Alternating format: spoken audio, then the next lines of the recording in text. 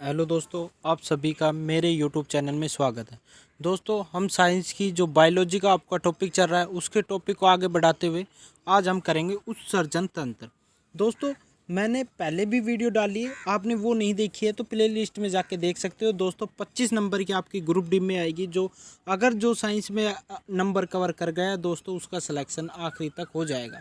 दोस्तों, अगर साइंस आपने हल्के में ले ली तो आपका सिलेक्शन बहुत कठिन हो जाएगा होना। अब देखो दोस्तों, क्या करते हैं, जो प्रीवियस ईयर पेपर है ना, 25 क्वेश्चन आएंगे दोस्तों, 25 नंबर की साइंस आएगी, जिसमें यूथ कंपटीशन बुक है। ये बहुत मोस्ट इंपॉर्टेंट है दोस्तों, अगर आपके पास है तो उससे पढ़ो, या मैं आपको सीरीज करवा रहा हूँ उसका बेसिक भी और उसके क्वेश्चन आंसर, तो वो आप जरूर देखो। दोस्तों, जो आरआरबी जितने भी एग्जाम हुए हैं ना, उन सभी के इस बुक में सॉल्यूशन और क्वेश्चन है। दोस्तों, प्रीवियस ईयर पेपर के आधार पे जो हमने बेसिक बनाया है वो प्रीवियस ईयर पेपर के आधार पे बनाया है। यूथ कंपटीशन टाइम के जो बुक है उसमें देखते हुए बनाया है, और सभी रेलवे के पेपर के अनुसार। और एक भी इस टॉपिक को अगर मेरे से कर लेते हो दोस्तों, इसके बाद एक भी क्वेश्चन आपका गलत नहीं होगा, ये गारंटी दावे के साथ कहते हैं। टॉपिक कौन सा है दोस्तों? उत्सर्जन तंत्र। दोस्तों, करते हैं पहला क्या, उत्सर्जन तंत्र। उत्सर्जन तंत्र क्या है? हानिकारक नाइट्रोजन। क्या है? हानिकारक नाइट्रोजन अवशिष्ट शरीर को बाहर निकालने के लिए क्रिया को क्या कहते हैं? उत्सर्जन तंत्र।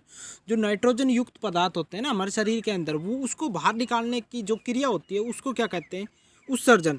इस क्रिया के लिए पाए जाने वाले यंत्र को उत्सर्जी तंत्र कहते हैं। क्या कहते हैं? इस प्रकार के पाए जाने वाले तंत्र उत्सर्जन तंत्र कहलाते हैं। मनुष्य में मुख्यतः उत्सर्जित अंग क्या है? किडनी है, जो किडनी को हम वक्र और गुर्दा भी कहते हैं। ठीक है। मनुष्य की किडनी द्वारा मूत्र के रूप में यूरिया, सबसे मोस्ट इंपॉर्टेंट है दोस्तों, ध्यान रखना है, यूरिया और यूरिक अम्ल को त्याग करता है।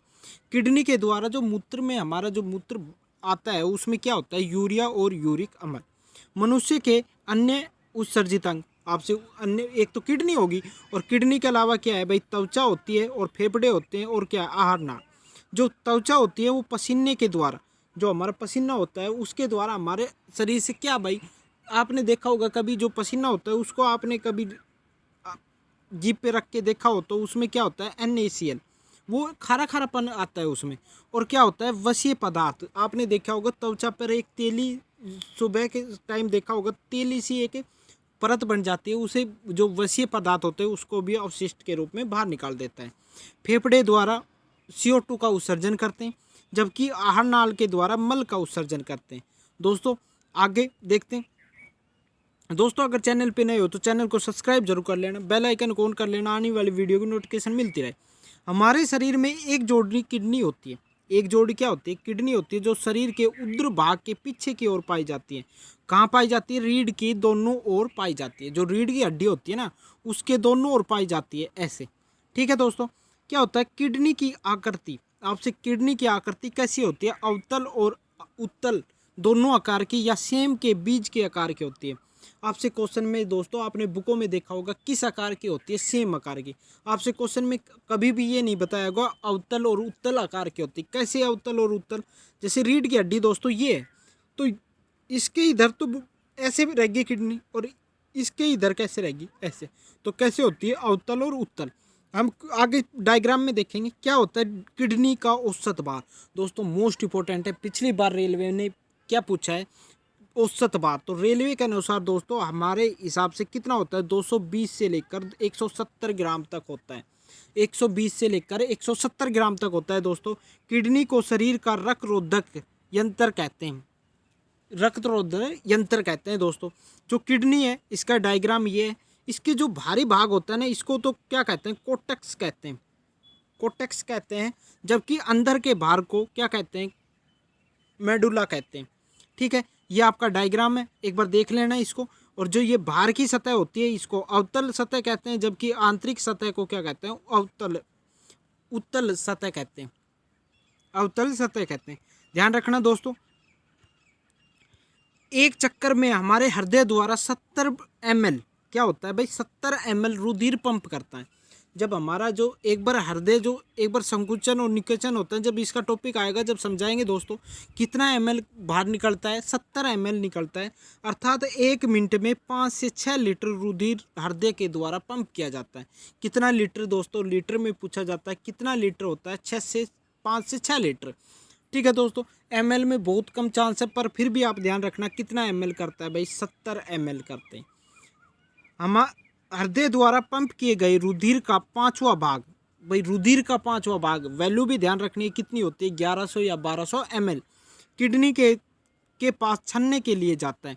आपसे पूछेगा एक बार रुधिर ने पंप कर दिया भाई, तो वो जो किडनी के पास छानने के लिए गया उसकी मात्रा कितनी है, तो दोस्तों ध्यान रखना कितनी है, 11 से 1200।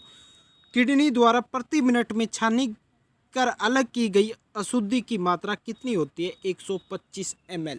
दोस्तों मोस्ट इंपॉर्टेंट है, कितनी ml होती है, 125 ml होती है। हमारे किडनी का जीएफ वैल्यू, जो हमारा जो किडनी जो छानती है ना, उसकी वैल्यू पूछे तो कितनी होती है, 125 प्रति मिनट होती है। 125 ml जो अशुद्धि छानते हैं वो कितनी होती है भाई, प्रति मिनट होती है।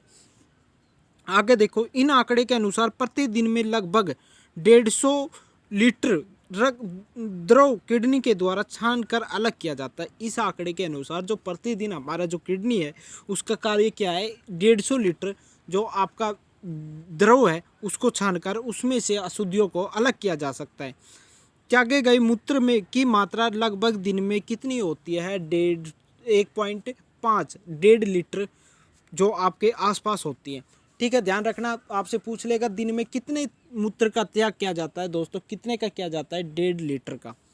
अगली स्लाइड पे चलते हैं, क्या है, अर्थात 99% द्रव किडनी के द्वारा शरीर में पूर्ण अवशोषित कर लिया जाता है। जो दोस्तों आपका द्रव होता है वो किडनी के द्वारा फिर से उसको अवशोषित कर लिया जाता है।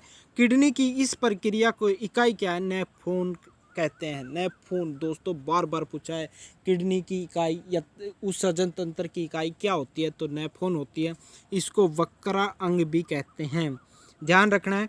नेफ्रॉन की संरचना से पूछे आपसे 3 भागों में बांटी गई है, तीनों भाग देख लेना आप, संग्रह नलिका, कुंडली नलिका और मैल्पिंग कार्य। जो आपका छानने की कार्य होती है ये होता है जो आवश्यक पदार्थों को पूर्ण अवशोषित कर लेती है, जो अशुद्धियों को इकट्ठा करना। दोस्तों ये आपसे नहीं पूछेगा, आपसे बस सिर्फ इसमें से ये एक चीज़ पूछ लेगा कितने भागों में बांटी गई है, तो दोस्तों कितने भागों में बांटी गई है, 3 भागों में।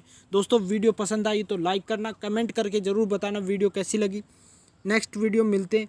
जय हिंद, जय भारत।